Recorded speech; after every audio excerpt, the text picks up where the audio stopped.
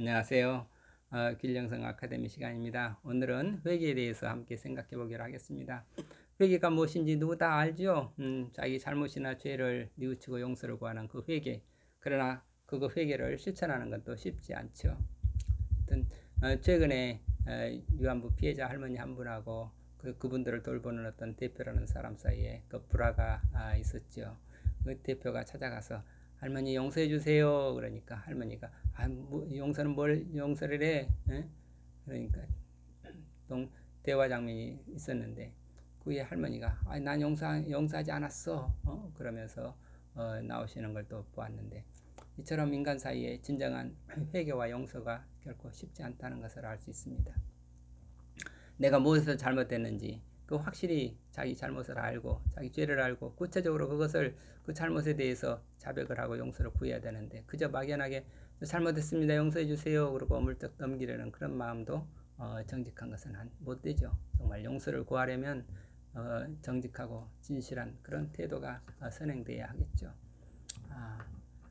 며칠 전에 또 어떤 분이 전화를 주셨어요. 예수님께서 회개하고 복음을 믿어라 하셨는데 회개라는 것이 무엇인가요? 회개는 어떻게 해야 될까요?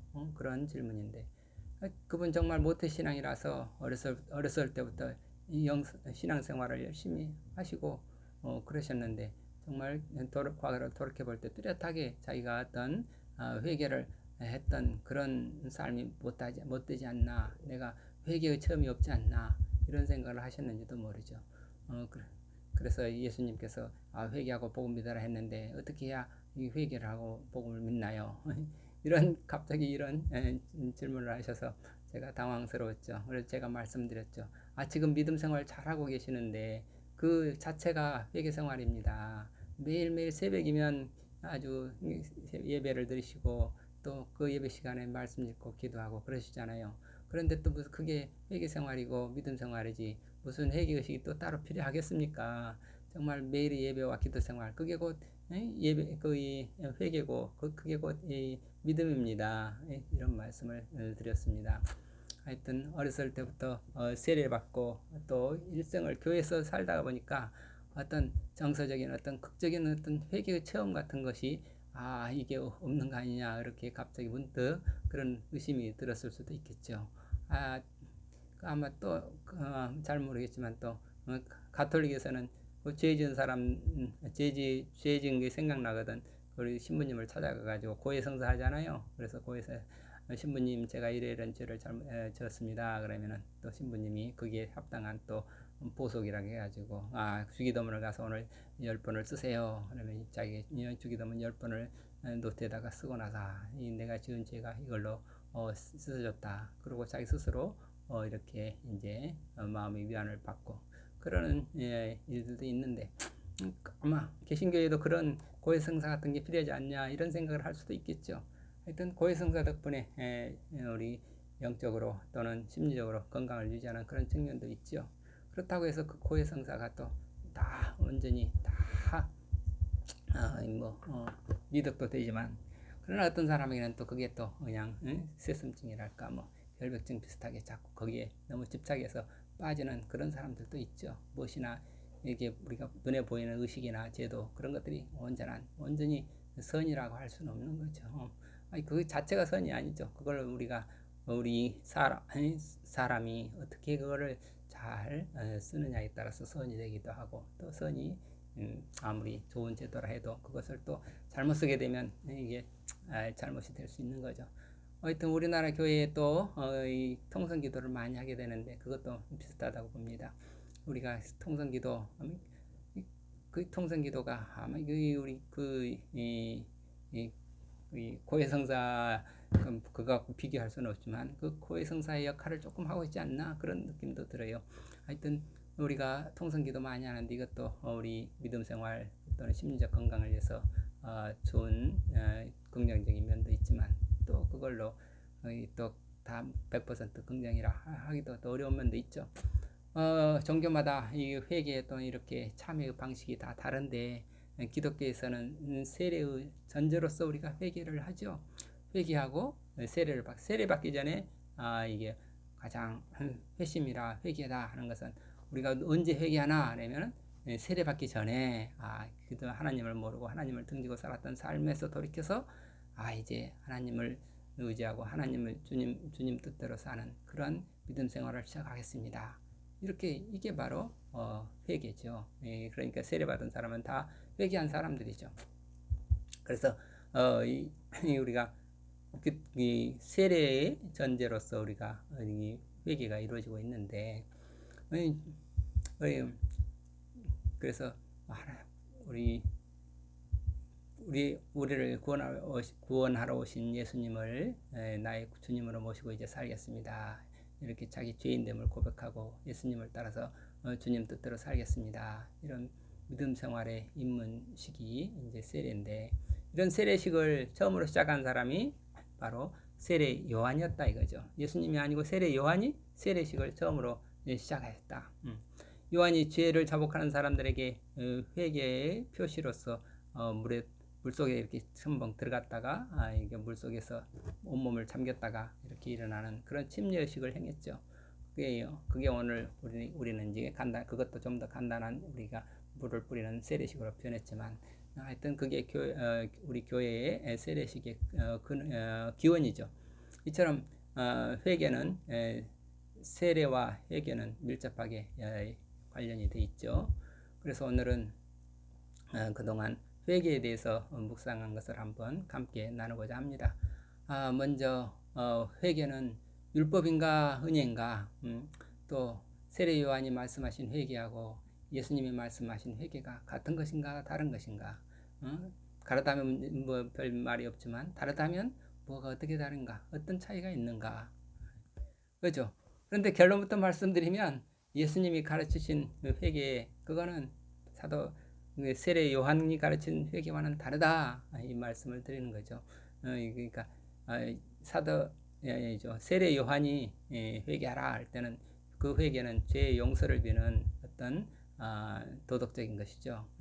세례 요한의 회개는 그런 도덕적인 회개지만 예수님의 회개는 그건 도덕적인 윤리적인 차원이 아니라 종교적인 차원이다. 그래서 우리 믿음에 들어가는 회개다. 그래서 회개란 결국 우리가 영의 눈을 뜨는 것이고 또 거듭나는 것이고, 그래서 믿음에 들어가는 것이고, 이렇게 이 점을 한번 같이 나눠보고자 합니다. 먼저 말씀을 읽겠습니다.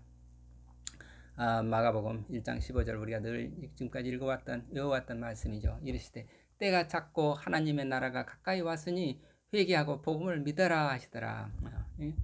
우리 때가 찼다, 하나님의 나라가 가까이 왔다, 회개하라, 복음을 믿어라, 이 네 마디 우리가 여태까지 공부해 왔죠. 예수님께서 선포하신 이 말씀, 이거는 공관복음은 다 나와 있죠. 마태, 마가, 누가 다 공관복음에 다 나와 있는데, 그런데 요한복음에는 없죠. 그게 특징이, 요한복음의 특징은 회개하라 이런 말씀이 없습니다. 회개하라는 말씀을 처음으로 하신 분이 그게 바로 아까 말씀드린 대로 예수님이 아니고 세례 요한의 말이었다. 그런데 세례 요한이 이렇게 말했죠. 회개하라, 하나님의 나라가 가까이 왔다. 회개하라, 하나님의 나라가 가까이 왔다. 세례 요한. 회개하고 복음을 믿어라. 하나님 나라가 가까웠으니 회개하고 복음을 믿어라. 이건 예수님의 순서도 바뀌고 하나가 더 붙여졌죠. 즉 복음을 믿어라 하는 말씀 하나가 더 붙이고 하나님 나라 가까웠으니 회개하고 복음을 믿어라 이렇게 써요. 두 분 이 말씀 사이에 어떤 차이가 있나요? 회개하라, 복음을 믿어라. 얼핏 차이가 없는 것처럼 느끼나요? 저는 이게 엄청난 차이가 있는 겁니다. 즉 회개가 율법이냐 아니면 복음이냐는 그런 분수령이 된 거죠. 인간적으로 말하자면 이 예수님이 세례 요한의 제자죠. 예수님이 가서 세례 요한에게 세례를 받았다. 세례를 받았다는 얘기는 결국 배웠다 그런 뜻이겠죠. 그렇지만 영적으로는 제자가 스승보다 뛰어난 거죠. 그래서 스승님이 결국 제자가 스승을 뛰어넘는 거죠. 예수님이 영적으로 스승이 된 거죠. 세례 요한은 여전히 율법 세계에 머물렀지만 예수님은 이를 뛰어넘어서 새로운 복음과 은혜의 시대를 열어주신 것이죠. 그래서 구약은 세례 요한으로 끝나고 이제 새로운 신약의 시대가 열린 것이죠. 세례 요한에서 예수님으로 이어지기는 이어지는데 그 사이에 질적 변화가 일어났다. 즉 불연속이 일어난 거죠. 그러니까 구약과 신약의 사이는 불연속의 연속인 거죠. 달리 말하면 율법과 예언자의 시대는 세례 요한까지로 끝났다. 그리고 이제 새로운 시대, 복음의 시대가 열렸다. 예. 그래서 회개의 의미도 예수님의 회개와 세례 요한의 세계는 같은 것으로 볼 수 없다. 이게 제 말씀이죠. 세례 요한의 회개는 율법적인 회개지만 예수님의 회개는 왜요? 예수님의 회개는 복음적인 회개고 종교적인 회개고, 그래서 그 의미가 전혀 다르다, 이런 얘기죠. 먼저 세례 요한이 말한 회개의 의미는 뭔가 한번 우리가 함께 살펴보겠습니다. 우리 세례 요한이, 그건 간단하죠. 자기가 지은 죄를 깨닫고 자기 지은 죄를 깨닫고 하나님, 제 죄를 용서해 주세요. 제 죄를 씻어 주세요. 다시 말해서 이 죄에 대해서 벌을 내려주지 마세요. 이런 용서해 주세요. 그런 거죠. 그렇게 말하는 사람들에게 이제 그 표시로서 이 사람은 자기 죄를 회개한 사람이다. 그 회개한 표시로서 세례를 베풀었던 거죠. 그러니까 세례 요한의 그런 회개는 율법 전통에서 볼 때 굉장한 혁명적이죠. 왜? 구약 율법에서는 누구나 죄를 지면 어떻게 해야 돼요? 하나님의 징벌을 피하기 위해서는 어떻게 해요? 속죄제를 드려야 됐잖아요. 자기가 지은 죄를 대속할 짐승을 잡아서 그 피를 흘려야 됐어요. 그런데 세례 요한은 이 속죄제 대신에 회개의 표시로서 간단히 침례, 물속에만 들어갔다 나오면 되는 거예요. 자기 죄를 자복하고 물속에 들어갔다 나오면 되죠. 그러니 그 침례 의식을 통해서 자기 죄가 속해지는 거기 때문에 정말 따로 짐승을 잡아서 제사 드릴 필요가 없어진 거죠. 정말 그 번거롭고 돈도 많이 드는 그런 제사 대신에 이제 간단하게 침례 의식으로 우리가 대체하게 됐으니까 정말 세례 요한은 혁명가죠.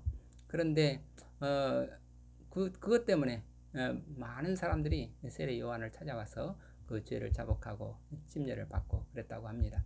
이처럼 세례 요한에게 있어서 회개란 하나님의 벌이 두려워서 그 벌을 두려워하며 이 징벌에서 면하게 해주십시오 하는 그런 그 용서를 비는 그런 기도지만, 그런데 이것으로 인간이 율법에서 벗어날 수가 없죠. 율법에서 갇혀 있는 그 인간을 그럼 어떻게 해방시켜 줄 수 있을까? 그것을 위해서 오신 분이 예수님이시고, 예수님께서 이런 율법에 빠진 인간들에게 새로운 언약이 필요했던 거죠. 그래서 예수님은 어떻게 하셨어요? 하나님 나라의 복음을 전하시고, 하나님 나라의 복음을 전하시고 이 복음을 믿어라, 이렇게 복음을 전하셨습니다. 그러니까 예수님의 회개는 율법의 세계로부터 단절, 율법에서 벗어나는 그런 율법과의 단절임과 동시에 새로운 은혜의 시대로 돌진하는 그런 믿음의 문이라고 하겠습니다. 자기 자신의 죄를 자복하고 세례를 받아도 돌아서면 또 죄를 짓는 게 인간이죠. 이렇게 돌아서면 또 죄를 짓고 또 죄를 짓고 갯쳇바퀴 돌듯이 늘 같은 상태에서 머무는 그거, 율법에서 머무는 그게 진정한 회개가 될 수가 없죠. 그럼 이런 죄인을 어떻게 구원할 수 있을까? 이를 위해서 오신 분이 바로 예수님이라는 거죠. 그래서 예수님께서 선포하신 말씀이 회개하고 복음을 믿어라. 복음을 믿어라. 이 복음을 믿는 것만이 회개의 완성이다. 복음이 방점이 있다 그랬습니다. 복음을 알지 못하고 하나님 나라를 보지 못하면 그 회개가 다 물거품이다, 그런 거죠. 그러니까 예수님에게 있어서 회개의 의미는 복음을 믿는 것, 즉 하나님의 사랑을 믿는 믿음의 세계로 들어가는 그 길이다, 이거죠. 예수님은 복음을 믿고 예수님께서 말씀하신 그 복음을 믿고, 즉 사랑하신 아버지의 나라, 아버지께서 우리 모두를 율법에서 벗어나서 사랑의 세계로 이렇게 초대하시는 그 아버지의 나라를, 아버지의 집을 향해서 우리 모두가 다 돌이키라는 것, 이게 돌이키라, 이게 회심의 의미인 것입니다. 자기가 지은 죄를 알고 자기 죄를 자복하고 자기 죄에 대해서 용서를 구하는 그런 회개는 미덕이긴 하죠. 그렇지만 우리가 그것으로는 죄에서 해방될 수가 없는 거죠. 우리가 처음 세례받을 때 십계명을 배우고 또 여러 가지 그 주기도문도 배우고 또 산상수훈도 배우고 여러 가지 그 예수님의 일생과 십자가 구속의 어떤 구원의 교리에 대해서도 배우고, 그리고 또 특히 여러 가지로 우리가 죄인 된 것을 배우죠. 그래서 그 죄인 된 나를, 예수님만이 나를 그 죄에서 구원하실 주님이시다, 그렇게 고백을 하겠죠. 죄인 됨을 고백하고 지난날 잘못들을 하나하나 회상하게 되죠. 그래서 하루도 그렇게 회상해 볼 때, 하루라도 내가 제대로 살았나, 죄를 짓지 않고 살아온 날이 정말 없구나, 그걸 진정으로 깨닫게 되며, 그렇게 깨닫게 되면 어떤 분들은 정말 큰 소리를 울면서 이 감정을 쏟아놓기도 하죠. 정말 우리 형제를 미워하는 것이 살인죄다. 음란한 생각이 벌써 가늠한 거다. 탐심은 그 도적질하는 것이나 마찬가지다.